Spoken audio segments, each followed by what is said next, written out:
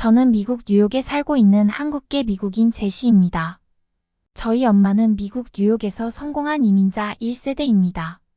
저는 엄마 예전 이야기를 들으면 아직도 눈물이 많이 나요. 저를 키우며 혼자서 얼마나 힘드셨을지 말이에요. 미국에 오기 전 엄마는 한국의 경기도 미군부대 근처에 살았다고 해요. 그때 엄마는 정말 먹고 살기 힘들었다고 하시더라고요. 돈벌이가 필요해서 미군들의 심부름을 하면 5달러씩 손에 쥐어주었다고 하네요. 당시에 그 돈은 꽤나 큰 돈이었고 엄마는 한국에서의 가난한 삶이 싫어 무작정 미국으로 가고 싶었다고 해요. 미국은 돈을 많이 벌 수 있다고 생각하신 거죠. 마을에는 미국으로 가는 것을 알선해주는 사람들이 있었는데 그분에게 모아둔 쌈짓돈을 전해주고 미국에 배를 타고 밀항에서 들어왔다고 하셨어요. 그 집에서 도착하고 다음날 바로 일을 시작했다고 하더라고요. 파도 뜯고 양파도 썰고 배를 타고 와서 힘들었지만 당시의 이민자 1세대들은 많이들 이렇게 이민 생활을 시작했다고 하더라고요. 미국에 도착해서 그날 밤 자게 되는 곳을 친척집이라고 칭하나 봐요. 그 집이 중국집이면 중국집 요리사가 되고 세탁소면 바느질을 하게 되고 이런 식이었다고 해요. 그렇게 엄마는 중국집에서 허드렛 일로 시작을 했고 그렇게 이 가게 저 가게로 옮겨 다니며 일을 하셨대요. 언어도 잘 안 되고 일이 너무 힘들었지만 한국에서보다 돈을 더 많이 벌 수 있어 좋았다고. 주급으로 받으며 돈을 모으고 페이가 점점 좋은 곳으로 이동을 하셨나 봐요. 이렇게 해서 돈을 모으면 한국에 있는 가족 친척들을 데리고 와서 같이 살 수 있으니까. 엄마는 열심히 식당에서 일을 하며 돈을 모았대요. 그러다가 20대 초반에 그렇게 외국으로 혼자 온 엄마는 얼마나 외롭고 무서웠겠어요. 말도 잘 안 통하는 그런 상태라 대화할 사람도 없고 22살 꽃다운 나이에 식당 사장님과 하룻밤으로 저를 임신하셨다고 했어요. 그분이 제 아버지겠네요. 그렇게 결혼해서 정착하면 저는 평범한 미국 가정에서 자랐을까요? 엄마는 임신 사실을 안 식당 사장이 불법 체류자가 있다고 신고를 하시는 걸 보고 임신 상태로 한국으로 추방이 될 뻔해서 그 길로 짐도 챙기지 못하고 도망 나오셨다고 했어요. 그래서 전 아버지 얼굴을 본 적이 없어요. 지금까지도.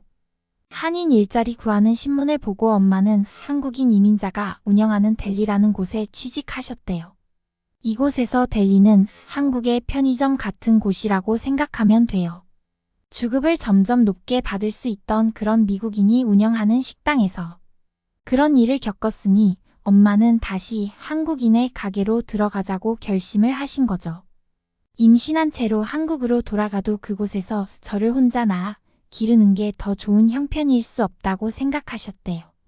엄마는 그렇게 한국인이 운영하는 델리에서 정말 손과 발이 닳아 없어질 정도로 열심히 청소하고 일했다고 하세요. 엄마는 젊었고 무서웠고 혼자였지만 이곳에서 저를 꼭 낳아서 잘 기르겠다고 다짐하셨대요. 저희 엄마 참 대단하시죠? 그렇게 열심히 하던 엄마를 좋게 보신 한국인 사장님은 새로운 지점을 내주고 매장을 전적으로 맡기셨대요. 그 한인 사장님은 그렇게 뉴욕에만 델리를 굉장히 많이 오픈하게 되시며 큰 기업을 일구셨다고 합니다. 델리를 운영하며 저를 키우신 엄마는 정말 저에게 아낌없이 투자하셨어요. 돈을 아끼려고 저를 출산하시고 회복할 새도 없이 일하셨고 제가 아기 때는 다른 인건비를 줄이려고 저를 매장 내에 카운터에서 재우며 잠도 안 자고 밤낮 없이 일을 하며 저를 키우셨다고 했어요.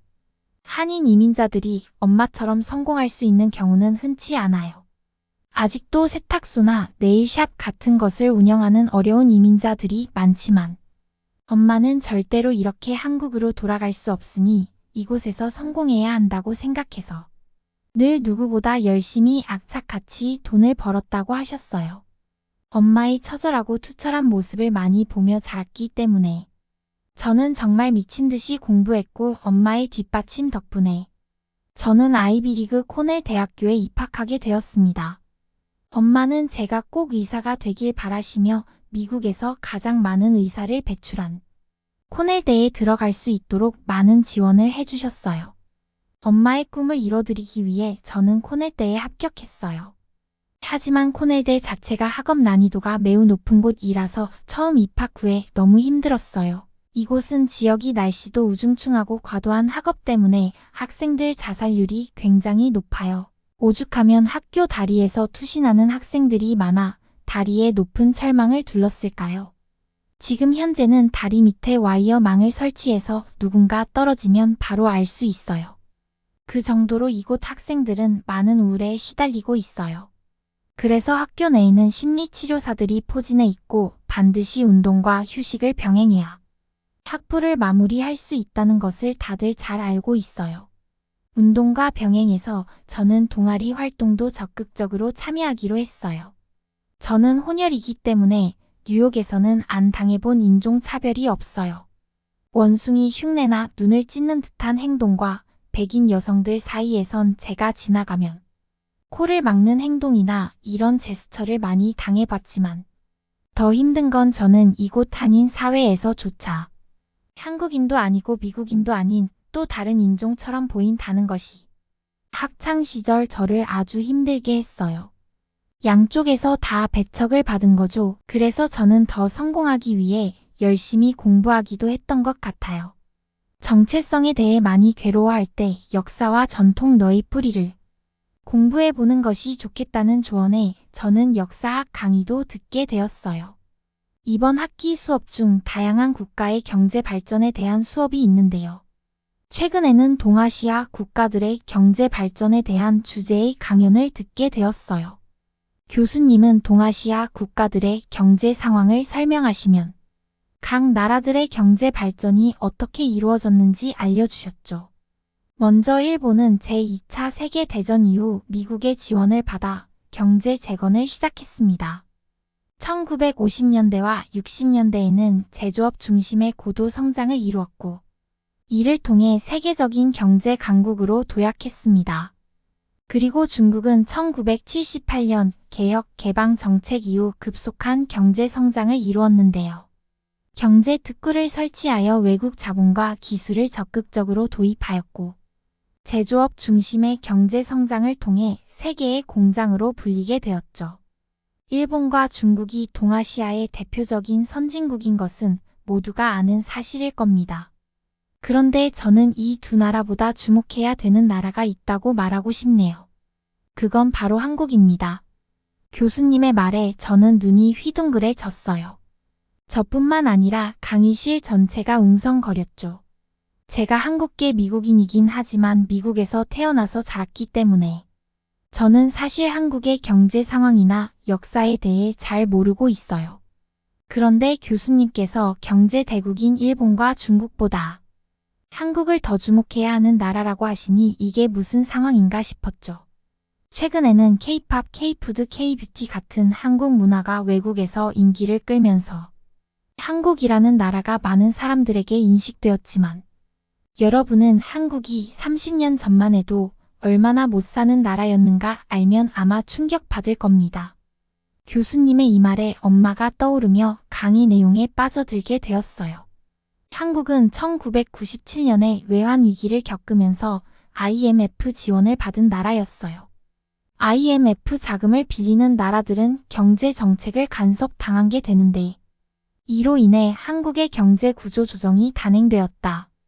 당시 한국이 IMF에서 받은 지원금은 약 200억 달러 규모였고 이때 한국 기업들은 구조 조정되면서 실업자가 100만 명 가까이 증가하는 등 거의 나라가 망하는 수준이었습니다.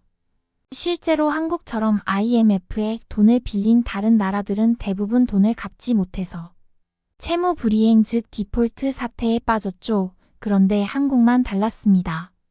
IMF 돈을 갚기로 한 날짜를 훨씬 앞당겨 고작 3년 만에 200억 달러를 다 갚고 외환위기를 완전히 벗어났어요. 그런데 한국이 외환위기를 벗어날 수 있었던 가장 큰 이유가 뭔지 아시나요? 교수님의 질문에 한 학생이 답하더군요. 한국 정부와 기업이 경제를 일으켰던 거 아닐까요? 학생의 대답에 교수님은 살짝 웃으시더니 이렇게 말하셨어요. 대부분 그렇게 생각하겠지만 아닙니다. 한국이 이례적으로 빨리 IMF 지원금을 다 상환하고 외환위기를 최단 기간 만에 벗어날 수 있었던 이유는 바로 한국인들의 애국심 때문입니다. 1997년 외환위기를 맞은 후 한국에서는 특별한 운동이 시작되었는데요. 바로 금모으기 운동입니다. 금모으기 운동은 금융위기를 벗어나기 위해 전 국민이 힘을 모아 IMF에 빌린 지원금을 갚자는 운동이었습니다. 자신의 나라를 위해 개인이 가지고 있는 금을 기부한다는 게 과연 가능할까? 얼마나 모을 수 있을까 싶은데 한국에서는 금모으기 운동을 시작한 후 국민 349만 명이 참여해서 25톤 금을 모았어요. 그것도 단 2달 만에 말이죠. 금융위기를 극복하기 위해 한국인들은 아이 어른 할 거 없이 모두가 하나가 되어 국가 부도를 막기 위해 노력했고 결국 한국은 국민들의 손으로 국가를 금융위기에서 벗어나게 할 수 있었던 겁니다. 한국이 경제위기에 빠져 국가 부도가 날 뻔한 게 30년도 되지 않았다니 여러분은 믿을 수 있겠나요? 아마 한국인들은 DNA 애국심이 새겨져 있을 거예요. 그렇지 않고서는 한국인들의 애국심은 설명이 안 되니까요. 또한 2007년 충청남도 태안군에서 발생한 선박 충돌로 다량의 기름이 바다로 유출되는 최대의 해양 오염 사고가 있었는데 8천여 헥타르가 원유에 오염돼 어패류가 떼죽음을 당했으며 짙은 기름때가 형성되어 심각한 피해를 입은 일이 발생했을 때 국민들이 자발적으로 힘을 모아 123만여 명의 봉사자가 손길 하나하나 모아 불가능할 것 같던 기적을 만들어낸 사실이 있습니다.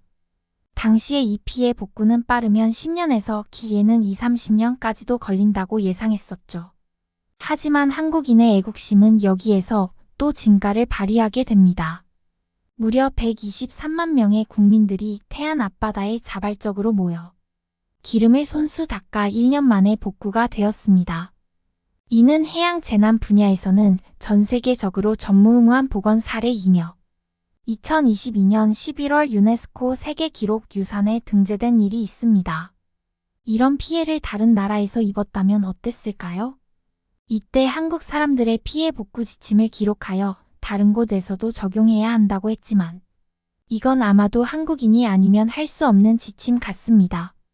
금모으기 운동과 마찬가지로 이는 국민 모두가 자발적으로 나서서 부족한 보호장구를 돌려쓰고 헌옷 등을 기름을 닦는 데 사용하는 등 서로서로 힘을 모아서 이룬 결과입니다.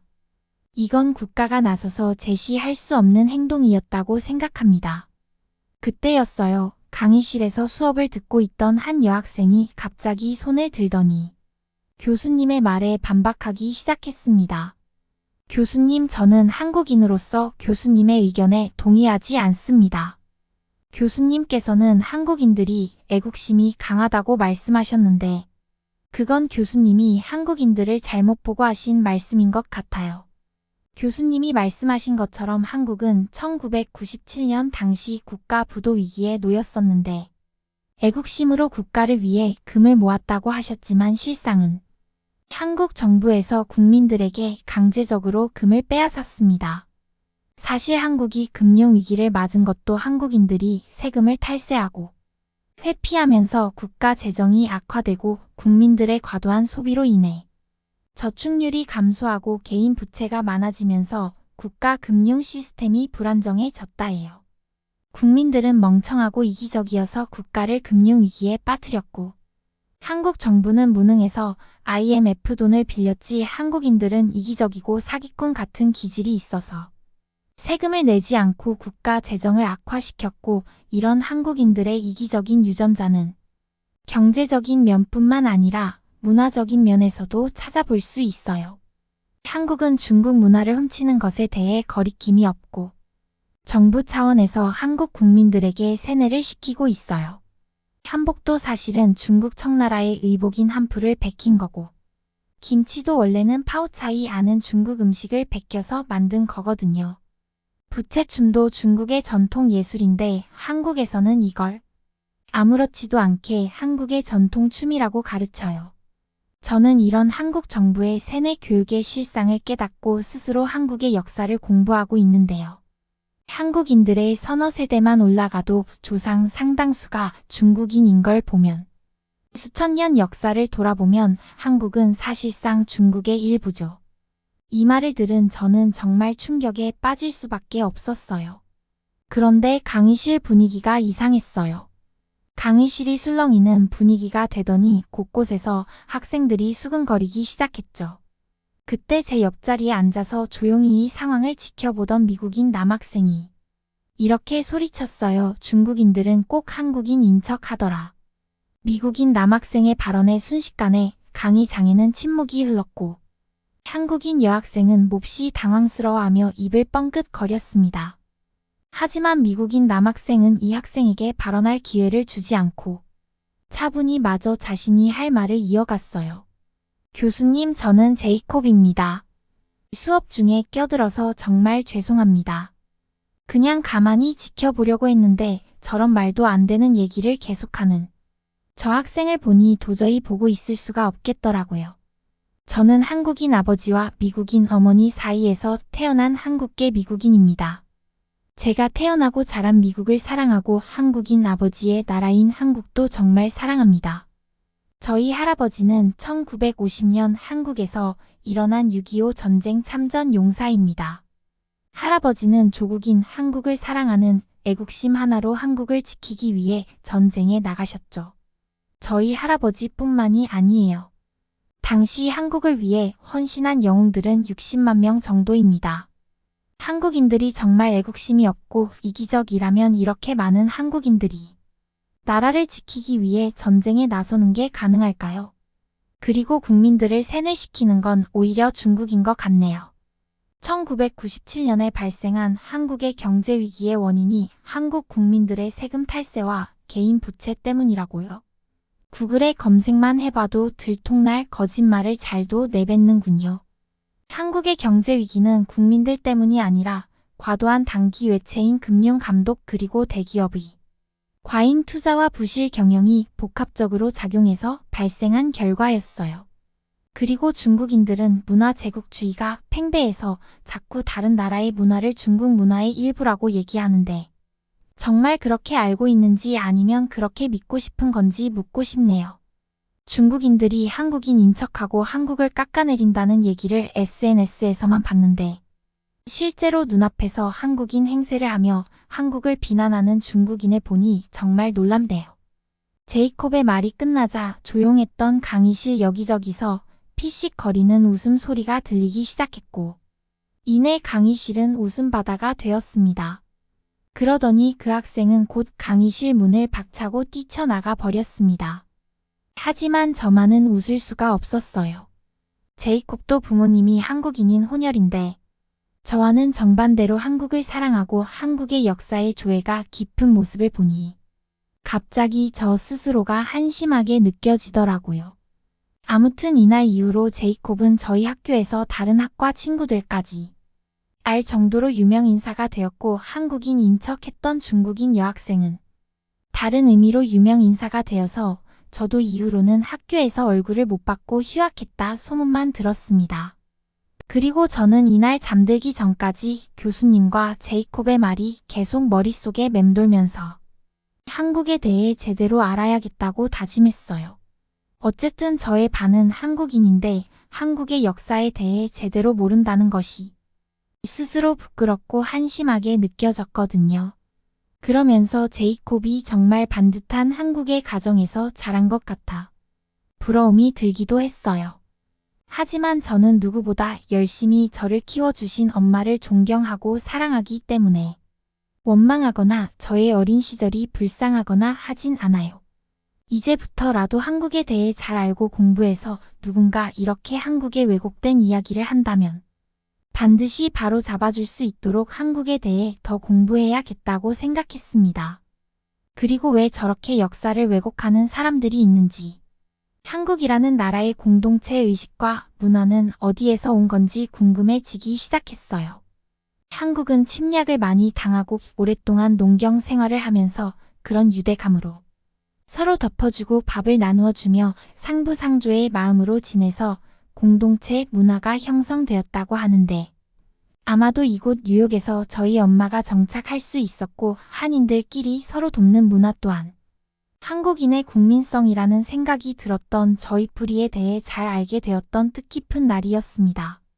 제시의 사연은 여기까지입니다. 한국인의 높은 국민성을 이렇게 미국의 대학생들에게 들려준 강의가 있었다고 하니 정말 자랑스럽네요. 이상 해외의 감동적인 이야기를 나누는 공간의 가미나였습니다. 끝까지 시청해 주셔서 감사합니다.